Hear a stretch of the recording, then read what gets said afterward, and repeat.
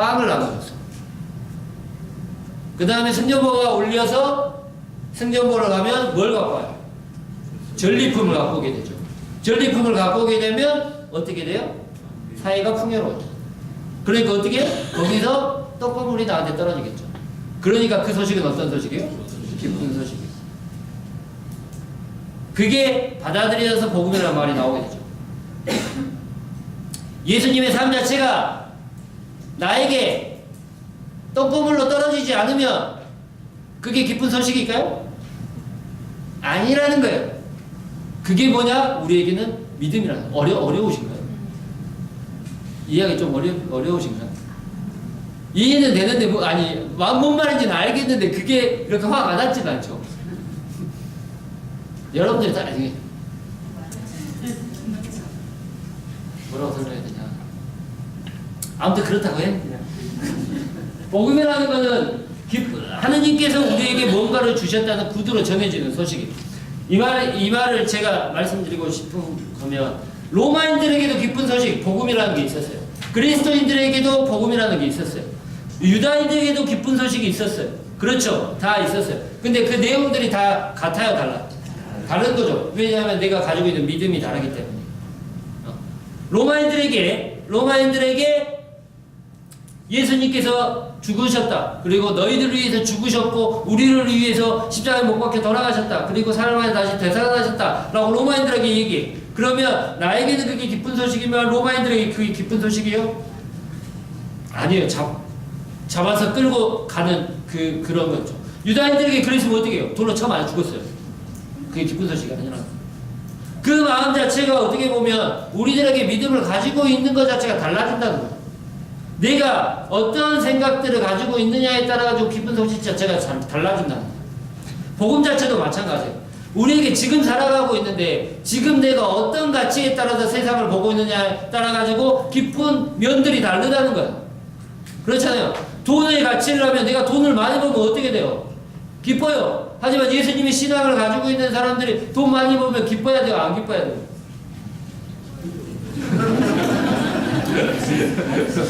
기쁘면 안 돼요. 그러죠. 예수님의 신앙을 가지고 있는 사람의 기쁜 건 뭐예요? 하나씩 더 주고 하나씩 나누어 주고 내 것을 이렇게 비워놓고 하는 거에 기뻐해야지. 다른 쪽으로? 그렇죠. 뭐 많이 받으면 기쁘죠. 그런 것처럼 어떤 가치에 따라서 우리들이 기뻐해야 돼요. 그러니까는 저는 그렇다고 생각해요. 내가 돈을 많이 벌었다? 아니면 내가 어떤 세상의 가치 안에서 이것들을 많이 채웠다라는 걸 저는 기뻐할 수도 있어요. 왜냐하면 우리는 그 안에 살아가야 하기 때문에. 근데 이것들이 없어졌다. 이것들이 많이 벌지 못한다. 아니면 내 것들이 많이 없어졌다에 대해서 저는 슬퍼하지 않았으면 좋겠어요. 그럴 수 있다라고 하는 것이. 그걸 기뻐할 수는 없어요. 내가 없어지는 것들에 대해 기뻐할 수는 없어요. 하지만 저는 그것들을 그냥 넘기셨으면 좋겠어요. 왜? 나중에 또 채워주실 거니까 라는 믿음 때문에. 이해가 되시나요? 네. 이해는 되는데 살기가 힘들죠? 그러셨으면 좋겠어요. 아무튼 그런 마음입니다. 그래서 초기 그리스도 공동체 안에서 복음이라는 게 뭐였냐면 그 신앙이었어요. 그 신앙. 돈을 많이 벌었다. 승전보가 울렸다. 아니면 나한테 빵이 떨어진다가 나에게 기쁜 소식이 아니었고 우리가 가지고 있었던 너희가 위해서 우리를 위해서 예수님께서 돌아가셨다. 돌아가시고 나서 하늘에 올라가셔가지고 우리를 지켜보고 계신다. 그래서 그 지켜보시고 너희들의 고통을 하시고 고통을 함께 해주시고 함께 해주셔서 어떻게 할 것이다. 금방 너희들의 고통을 없애기 위해서 다시 금방 내려오실 것이다. 그게 뭐였어요? 그들에게 복음이었죠. 기쁜 소식이었어요.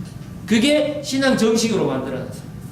왜냐하면 고린도전서 15장 1절에서 12절, 3절에서 4절. 예수님께서 성경 말씀대로 성경을 순환받으시고 돌아가시고 묻히시고 나서 사흘 만에 다시 살아나시고 그 살아나신 다음에 계파에게 또 우리에게 나타나셨다라고 하는 그 순환과 죽음과 묻힘과 부활과 발현을 얘기하고 있는 게 바로 그들에게 기쁜 소식이라는 얘기로 전해지고 내려왔죠. 그래서 다시 오실 것이라는 그 믿음을 가지고 얘기하는 게 바로 그들에게 복음이라는 내용이었어요. 복음이라는 내용. 이해되십니까? 네. 그걸 우리는 뭐라 그래요? 그걸 온복음이라고 그래요. 온복음. 아주 짤막한 정식으로 되어 있는 온복음. 그래서 사람들에게 너는 그게 이제 그래서 그게 정형화돼 버렸죠. 사람들에게 그냥 내가 어떤 소식을 듣고 예수님의 신앙에 대한 이야기를 듣고 그때는 기쁜 소식이라고 생각해서 복음이라는 단어를 썼는데 나중에는 그게 정형화되어 버려요. 그래서 우리는 복음을 외칩시다 라고 얘기하면 그 복음이 뭐냐면 예수님께서는 성경의 말씀대로 돌아가시고 순환받으시고 돌아가시고 묻히셨으며 사흘 만에 다시 살아나셔서 우리에게 계파에게 나타나셨다. 우리가 하는 이 이야기가 뭐다? 복음이다 라고 정형화되어 버려요. 시간이 흐름에 따라가지고. 그 말이 뭔 말이냐면 여러분들은 뭘 믿으십니까? 라고 천주교 신자들한테 물어봐요. 그렇죠? 뭘 믿어요? 그러면 하느님 믿어요 라고만 얘기하면 돼요? 안 돼요? 안 돼요. 어떻게 얘기해야 돼요? 삼위일체신 그것만 얘기하면 돼요? 삼위일체시면 끝나요? 교회 전통. 제가 말씀드렸잖아요. 그러면 사도신경 외우시라고. 전능하신 천주성부, 우리는 천지성부를 믿어요. 그분은 어떤 분이요? 천지의 창조주요. 천지의 창조주를 믿나이다. 그 외아들 우리 주 예수 그리스도 성령으로 인하여 동정의 말에 이렇게 닉세하시고 본시오 빌라도 치하에서 고난을 받으시고 십자가에 못 박혀 돌아가셨으며 저승에 가셔 사랑을 보내하셔 하늘로 올라 전능하신 성부에 앉으셨나이다. 그 다음에 쭉 뒤에 교회적인 얘기가 나요. 교회의 어떤 전통, 그 다음에 이혼의 사로부터 전통, 그런 것들 다 믿는 거예요. 그 다음에 저희 육신과 육신의 부활과 영원한 생명을 뭐라고? 우리는 믿나이다 라고 고백하는 거잖아요. 그러니까 다른 거 얘기하지 말고 사도신경 외우면 돼요. 그러잖아요. 모든 것들이 다 포함되어 있어요. 그 안. 근데 우리는 그게 똥이니 된장이니 모르면서 미사 시간에 계속 외우고 있는 거예요. 우리가 뭘 믿고 있는지 다 알아. 우리는 다 아는데 그것들을 얘기를 못할 뿐이요. 왜? 그건 의뢰하는 거니까. 그런 것처럼 복음도 마찬가지였어요. 그들에게 그 전에는 인식이 돼 있었죠. 예수님의 삶과 죽음, 우리를 위해서 돌아가셨다는 걸 인식하고 있지만 전례 안에서, 그들의 전례 안에서, 그 다음에 그들의 삶 안에서 우리가 계속해서 호구가 아니라 구호처럼 계속해서 외우고 있으니까 그게 우리에게 기쁘지 않는 거예요. 여러분도 마찬가지예요. 내가 무엇을 믿는가에 대해서 계속해서 외우고 있지만 그것들을 앵무새처럼 입으로 외우고 있으니까 뭘 믿고 있는지에 대해서 잘 모르고 있다는 거예요. 근데 우리는 그 안에 내용들이 다 있거든요.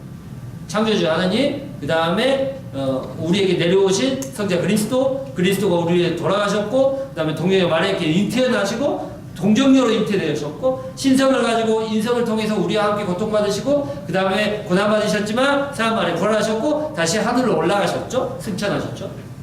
그 다음에 승천하신 다음에 성령을 보내주셔서 그 성령이 우리와 함께 살아가는 그 삶에 대해서 믿죠. 있죠? 그 성령 교회를 통해서 이어져 내려오고 하는 이런 얘기들 우리는 다 알고 있어요. 외우고 있죠. 하지만 그것들을 얘기하지 못할 뿐이에요. 이들도 마찬가지예요. 그렇게 되니까 어때요? 그러니까 네 하느님 믿으면, 아니 예수님 믿으면 죽어. 그러니까 그러면 그 얘기가 내 가슴 속에 기쁜 소식으로 다가오겠어요? 안 다가오겠어요? 안 다가오겠죠. 그러니까 어떻게? 교회에서 떨어져 나가겠죠. 떨어져 나가면 어떻게? 그 사람들을 붙잡아야 될 거 아니에요. 그 사람들 붙잡기 위해서 뭘 들고? 이 얘기를 길게 적기 시작합니다. 그게 뭐예요? 그게 복음서예요.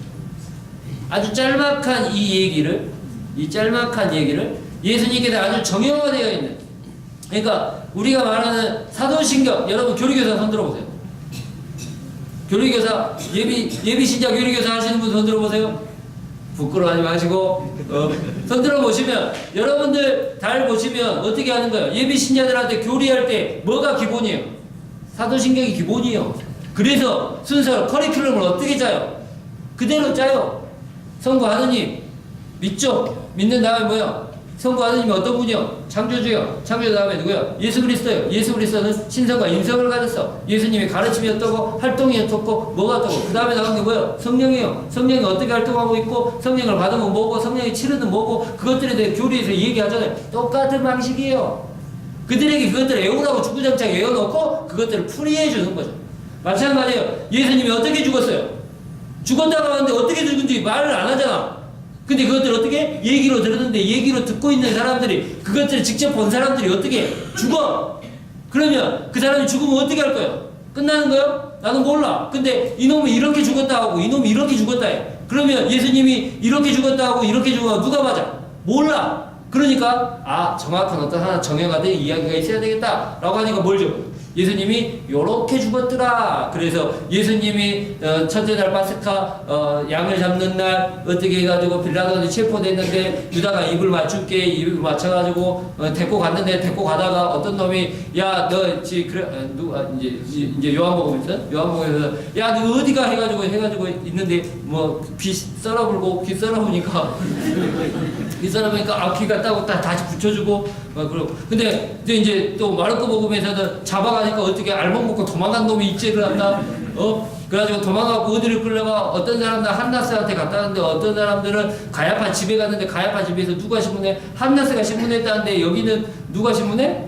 사내들이라는 최고위의 사람들이 신문하고 있고 신문하고 끝나고 나가지고 신문 나오기 전에 베드로가 먼저 배반했는지 그 다음에 신문을 하고 있는 중간 배반했는지 아니면 신문 끝나고 나서 배반했는지 그것도 다 달라? 근데 하지만 그런 얘기도 있어. 이런 것처럼 예수님이 순환받으시고 체포되시고 순환받으시고 돌아가셨다는 얘기를 어떻게? 길게 이야기 형식으로 풀어내고 있는 거죠. 그게 뭐예요? 순환사화예요. 그런 전승들이 많이 있었어요. 예수님이 어떻게 부활했는지, 누구에게 나타났는지, 베드로에게 어떻게 나타났는지, 그 다음에 12제자에게 어떻게 나타났는지, 토마스에게는 어떻게 나타났는지에 대한 이야기들이 여러 사람들이 있을 거 아니에요. 그것들을 또 모아. 그걸 모아가지고 어떻게? 부활 이야기는 요렇게 편지. 그 다음에 수단 이야기 요렇게 편지. 가장 먼저 이야기로 써졌던 게 뭐예요? 아까 말했던 이 3장에서 6장까지 있었던 순환과 죽음과 묻힘과 부활에 대한 이야기가 먼저 수집됐어요. 이야기가 먼저 써졌죠. 그 이야기가 먼저 쓰진 상황에서 어떻게 돼요? 그러면 야 태어나지도 않는데 죽어버렸어? 그러면 어떻게 태어났을까? 라는 얘기가 나왔겠죠. 그래서 뭐가 나오게 돼요? 유년사가. 그러면 태어났으면 예수님께서 우리에게 얘기해 주신 건 뭘까? 그럼 뭐요? 공생하는 시절. 그래서 어떻게 선포하시고 어떤 기적을 일으키시고 했던 이야기들이 그래 나중에 보니까 이것들을 하나로 묶어보자 해가지고 했는데 여러 가지 단편적인 자료들이 많이 있었을 거 아니에요. 그러니까 어떻게 나는 요 얘기만 뽑아가지고 요렇게 만들어야지 라고 했던 게 바로 복음서가 하나 만들어지고 나는 이 얘기를 들어보니까 우리하고도 별로 관계가 없어. 그러니까 어떻게 이 얘기는 빼. 그러면 내가 이 얘기 갖고 와가지고 이 얘기를 더 붙이면 되겠다 해가지고 이 얘기하고 플러스를 시켜. 그래가지고 만들었어요. 그걸 어려운 말로 뭐라 그래요? 건강보고. 그래도 많이 배우셨네. 이출전설이라고. 마르코라는 기본적인 어떤 텍스트가 있고 그 텍스트를 가지고서 예수님의 오록의 두 가지를 중요한 텍스트를 두 개를 놓고 마르코하고 루카가 어떻게 했어요? 여기서 조금 빼가지고 자기들이 가지고 있는 특수사로 붙여가지고 뭘 만들어? 마르코로 만들고 그 다음에 마르코하고 오록하고 있는 것들을 두 개에서 내가 필요한 것들을 뽑아가지고 자기 특수사를 붙여가지고 만든 게 뭐? 루카고 그게 바로 이출전설이에요. 그러니까 두 가지의 예수님 마르코 복음과 예수님의 오록 부분을 공통 자료로 써서 자기들의 특수사를 넣어서 만든 게 바로 이출전설이라는 가설입니다.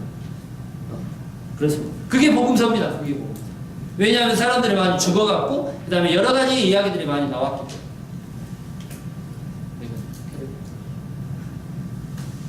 이 얘기를 좀 할까요? 아니 얘기하지 맙시다. 제가 말했던 게 바로 지금 복음서가 만들어지는 과정에 대해서 이렇게 되어 있습니다. 단편적인 예수님의 이야기들이 나오게 됐고 그 이야기들을 수집하고 편집하겠죠. 여기서 두 번째 이야기. 그랬는데 그냥 예수님의 이야기를 한꺼번에 하기보다는 조금 그 당시에 유명했던 어떤 양식과 형식에 맞춰가지고 얘기를 했어요. 그 그 양식과 형식이 뭐냐면 바로 헬레니즘 문화의 양식이었던 정기와 영웅전 아니면 자서전에 관계되는 것들. 그러면 그것들은 팩트를 가지고 사실을 가지고 사람의 일대기로 쭉 엮는 거였어요. 왕의 영웅전 아니면 뭐 전쟁에서 이겼던 장군의 영웅전 아니면 신의 이야기 아니면 왕의 이야기 그런 것들 아니면 또 여기서 나오는 비극들 아니면 그런 어떤 극적인 요소들을 그 안에 포함시켜서 많이 나오고 있습니다. 그게 가장 먼저 썼던 게 뭐냐면 마르코 복음 자체가 예수님의 이야기를 구성할 때 뭘 많이 참조했냐면 시약에서 말하는 아리스토텔레스 비극에 대해서 그 당시에 유명했던 4대 비극 있잖아요. 그 문학 양식을 많이 했어요. 비극 자체 안에 그게 뭘 얘기하냐면 이 얘기하려면 이제 좀 더 하는데요. 어차피 어두운 얘기 뭐냐? 순환사화에 대한 이야기. 순환사화에 대한 이야기를 비극에 대한 이야기를 할 때 비극이 있으면서도 그 비극에 대한 카타르시스가 느끼는 점이 있어요. 마르코 복음에서 다 어둡고 하는 그 면 안에서도 그 비극에 대한 다 슬프고 어두운 그 안에서의 카타르시스를 느끼는 장면이 마르코는 어디일까요? 그거는 뭐 저도 잘 모르는데요. 저도 수박 거달기로 배워가지고 저는 이제 그 비극에 대한 카타르시스를 느끼는 점이 저한테는 뭐냐면 어둠이요. 3시부터 아니 12시부터 오후 3시까지 어때요? 어둠인가요? 예수님이 죽게 돌아가시기 전에 예수님이 큰 소리를 지르며 돌아가셨다. 돌아가실 때 어때요? 성경 휘정이 찢어지고 지진이 일어나면서 큰 이제 소리가 들려오면서 누구지? 그 귀가 누구냐? 걔가 하느님의 아드님이라고 얘기하는 건 누구냐? 아 백인대장이 참으로 이분이 하느님의 아드님이셨구나라고 고백하는 장면 있잖아요. 그 장면이 오기 전에 한번 생각해 보세요. 어떤 일이 일어나기 전에 세상이 어둠으로 덮여 있어요. 예수님이 십자가 위에서 못 박혀 돌아가시고 이제 못 박혀 있죠. 죽기 바로 전이에요. 숨이 꼴까닥 하고 있는 거예요. 죽어가고 있는 거예요. 아직 살아있죠. 주변의 모든 사람들 그 어둠 속에서 예수님을 누구를 보고 있어요? 십자가에 못 박히신 예수님 보고 있죠. 어머니도 제자들도 먼발치에서 그 다음에 십자가에 못 박히고 했던 경비병들도 또한 십자가에 못 박혀 외쳤던 유다인들도 그 다음에 누구냐? 바리사이들 율법학자들도 그들의 나름대로에 대한 이야기들 나름대로의 정당성에 대해서 이야기하고 있어요. 어디 안에서? 어둠 안에서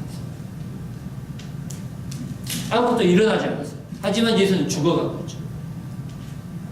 그 얘기를 잘 생각해 보시면 어디하고 비슷할까요?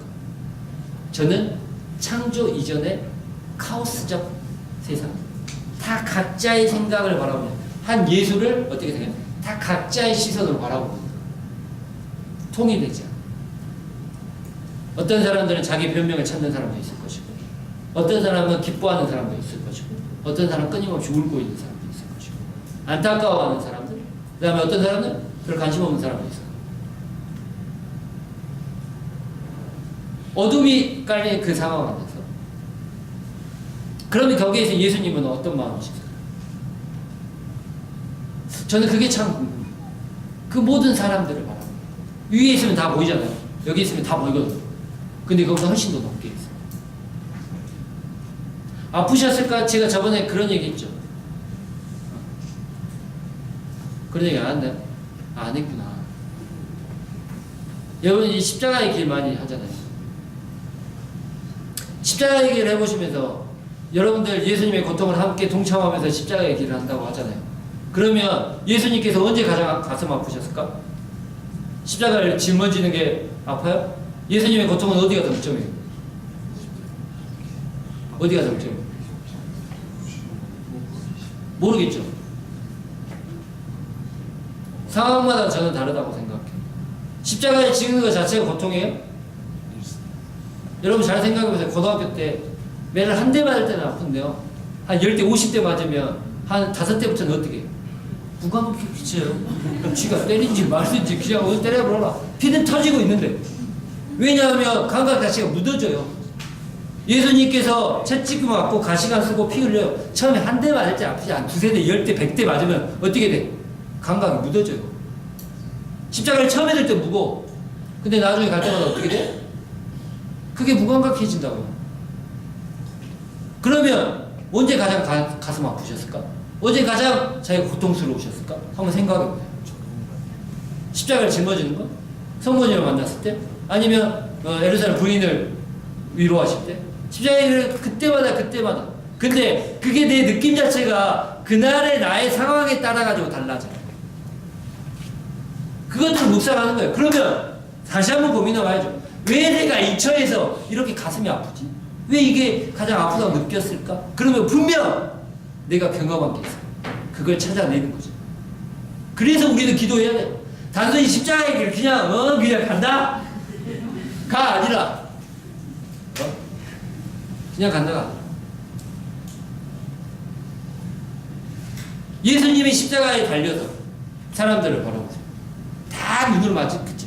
지그들끼리 다 얘기하고. 예수님은 어떤 마음이셨을까? 정답은 없죠. 하지만 저는 그때가 바로 내가 예수님을 바라볼 수 있는, 내가 성경 안에서 예수님에게 가장 모든 사람들이 집중할 수 있는 가장 하나의 목표라고 생각합니다. 어떤 것들이 준비되기 이전에, 세상이 창조되기 이전에 어떤 고요함, 어떤 준비들. 나 또한 그 자리에 내가 있었다면 다른 것보다도 어떻게 되나 호기심에 아니면 믿음에서 예수님을 바라보고 있었어요. 저는 그래서 우리들이 살아가는 모습 자체가 그 모습이어야 된다고 생각해요. 때로는 호기심으로 성경을 바라볼 수 있어요. 때로는 나의 어떤 욕심으로 뭔가를 채우려고 성경을 바라볼 수 있어요. 하지만 그때만 오직 예수님한테 집중할 수 있어요. 그렇게 되면 저는 그렇다고 생각해요. 나중에 백인대장이 못 박아 죽였던 그 사람이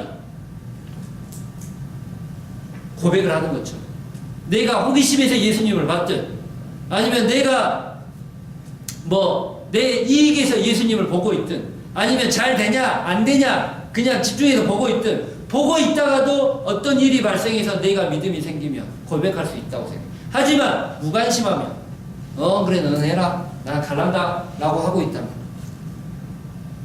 그래서 저는 그 비극 안에 가지고 있는 슬픔이에요. 슬픔 안에 가지고 있는 나의 카타르시스는 그때 어둠이 깔려. 그래서 나는 그 상태를 살아가고 싶어. 조금 힘들고 어렵지만 그 다음에 사람들 무겁지만 어둠에 깔려있지만 하지만 언젠가는 예수님만 쳐다보고 있으면 빛이 올 거라는 믿음 안에서 그게 우리들 삶이 저의 삶이 되어야 되지 않을까라는 생각도 더 쓸데없는 얘기. 아무튼 그래요.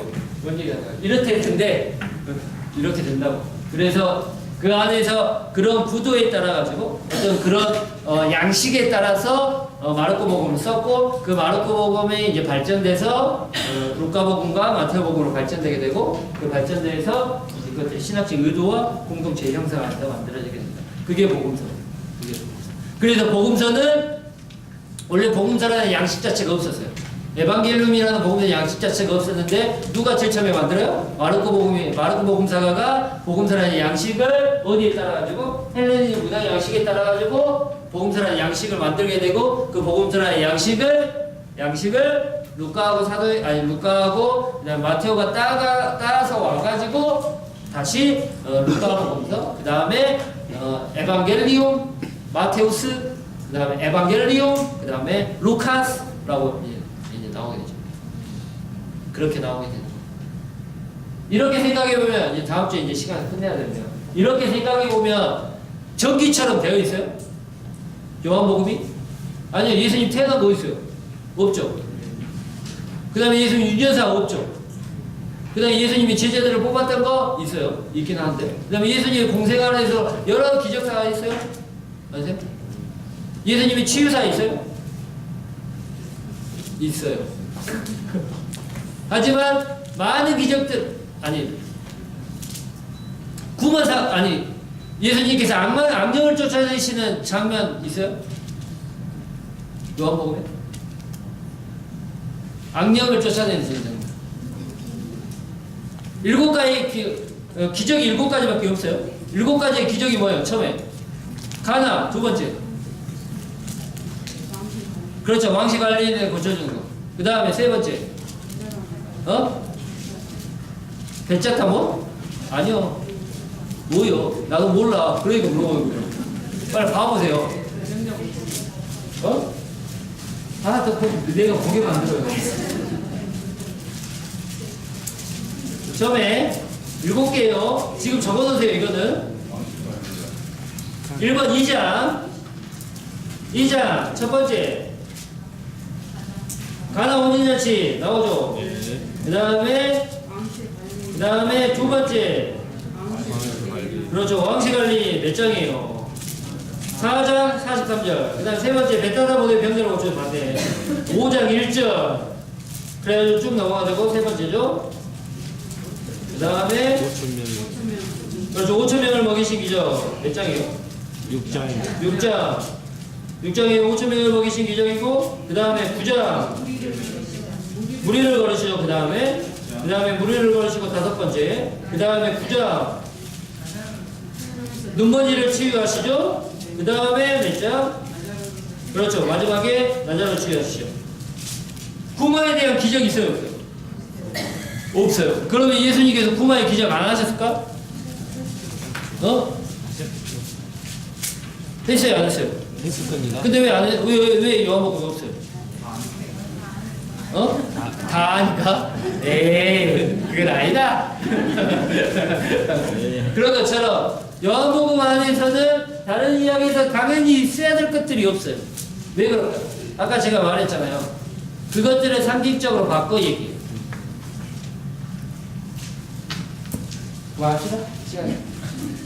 제가 저번 마르코복음 얘기할 때 뭐예요? 구마에 대한 것들은 구마의 기억은 뭘 상징한다 그랬어요? 구마에 대한 이야기들을.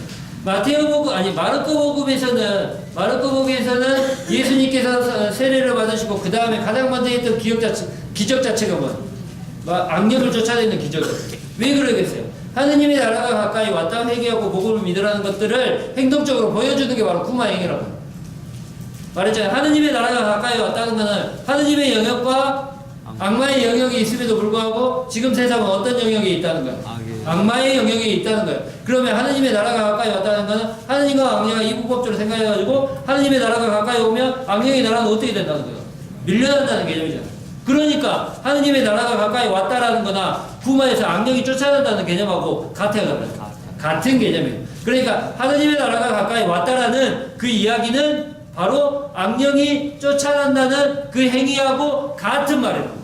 그래서 하느님의 나라가 가까이 왔다 회개하고 복음을 믿으라를 선포하고 있는 하느님의 나라가 가까이 왔다를 예수님의 행위적으로 설명하고 있는 게 뭐냐면 구마 행위예요. 그런데 요한복음에서는 하느님의 나라가 가까이 왔다라는 말이 있어요, 없어요? 없어요. 생명의 빵을 준다 아니면 내가 너희에게 생명을 준다라는 얘기겠지. 하느님의 나라, 하늘 나라에 대한 개념 자체가 없어요. 나중에 이거 다시 해볼게요. 그렇습니다. 네, 다음 주에 여기까지 했다고 하세요. 여기까지. 진짜 시간이 빨리 가. 오늘 짧게 한다고 그랬는데 오늘 그날하자면 약속했는데 1시간만 하고 끝내려고 했는데 다 못 끝냈어요. 네. 아무튼 다음 주에 뵙도록 하고 항상 특강입니다. 특강이라는 생각을 가지고 하십시오. 네. 질문 있으십니까? 없으십니까? 첫날인데 너무 빡세게 해서 죄송합니다. 시간이 너무 저녁에 잘 가시고 추운 날씨 요즘에 독감이 유행이라고 한답니다. 뭐 A형, B형, C형, D형, E형 뭐 다 있대요. 병원에 가면. 그래서 독감 유의하시고 날씨가 옷 입기 제일 애매한 시기가 지금인 것 같아요. 근데 밤에는 춥고 낮에는 덥고 그 일교차 심한데 감기 조심하시고 다음 주에는 수업합니다. 다음 주에 뵙도록 하겠습니다. 네, 마무리 기도하고 같이 가요. 성부와 성자와 성령의 이름으로 아멘. 영광이 성부와 성자와 성령께 전하지 항상 영원히 아멘. 아버지와 성령과 성령의 이름으로 수고하셨습니다.